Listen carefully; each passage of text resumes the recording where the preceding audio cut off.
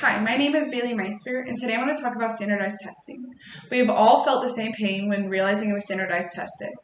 We have felt the same anxiety and pressure not knowing how well we'll do and trying our best to succeed, all while having to sit in a silent classroom for hours.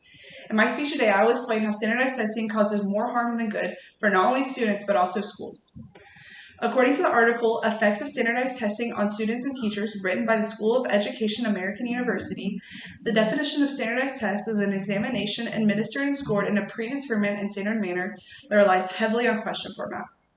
These tests are widely used to measure academic level and achievement. Universities use standardized tests like the SAT and ACT to assess students' current aptitude for being able to complete college-level work. These tests are made to hold teachers, students, and schools accountable for academic achievement and to create an incentive for improvement. However, I'm going to explain why the American school system needs to do away with these standardized tests. Standardized testing has been used to examine if students are ready for college, track their instructional levels, decide whether they are ready to promote or retain students in their grade, or if they are able to graduate. However, measurement experts agree that no test is good enough to serve as the primary basis for any of these major educational decisions. Fair Test, the National Center for Fair and Open Testing, explained how a 9-year study by the National Research Council found that the results of these tests led to little learning progress but caused significant harm. Some of the consequences of poor test scores can result in narrowing the curriculum, teaching just the test, and pushing students and teachers out of school. Standardized tests were made to accomplish certain objectives like making students study and perform better and to measure students' abilities. One of the goals of standardized tests are to have positive effects on students' achievement.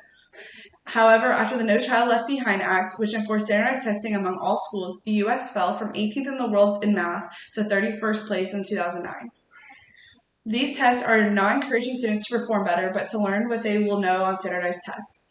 Students are forced into constantly being stressed due to having to complete this achievement that schools, especially universities, use to base their educational level. These standardized tests are tied to important outcomes such as entering college, graduation, and school funding. School students, especially high schoolers, put so much stress into these exams, especially because they know that these tests determine their future if they are pursuing a higher level of education. This puts such a high stake level of stress on students who depend on these needed outcomes. The stress of this test can alter how students perform.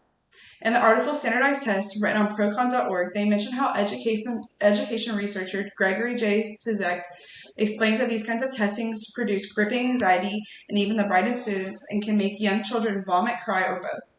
Also, the Sacramento Bee reported that the test-related jitter is so common that some test booklets come with instructions on what to do if a student vomits on it.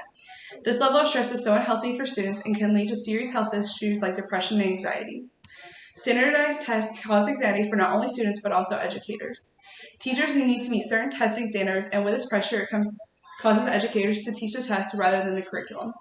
Achievement scores are commonly correlated with teaching effectiveness, so teachers who have students who score lower may feel excessive pressure from their school and administrators. However, when teachers have students who learn at different paces, they are not rewarded by if a student has grown over the year, but rather they are punished and blamed because they are not achieving the standard goal. Tim Walker and Rex Conzano explain in the article on NEA News that 70% of educators do not believe that their state assessment is appropriate and fair to their students. School board and associations need to listen to their teachers who are constantly in direct contact with students on what ways they could better examine students. Teachers, students, and other critics of standardized testing have made suggestions of alternative programs to be used to assess student performance, like portfolios and performance. They explain how students can use portfolios to emphasize real learning over percentage and letter grades. The School of Education American University explained that the portfolios can include written assignments, compared tests, honors and awards, lab reports, art and graphic work, or any other document that show progress or achievement.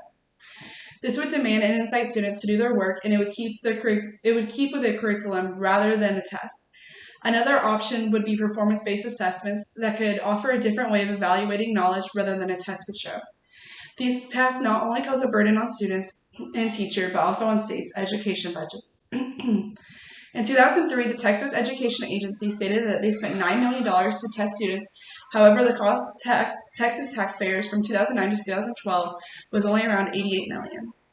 According to these statistics, this would only take away about $36 million from the taxpayers' money every 4 years to put into just testing, not including other educational tax money schools need.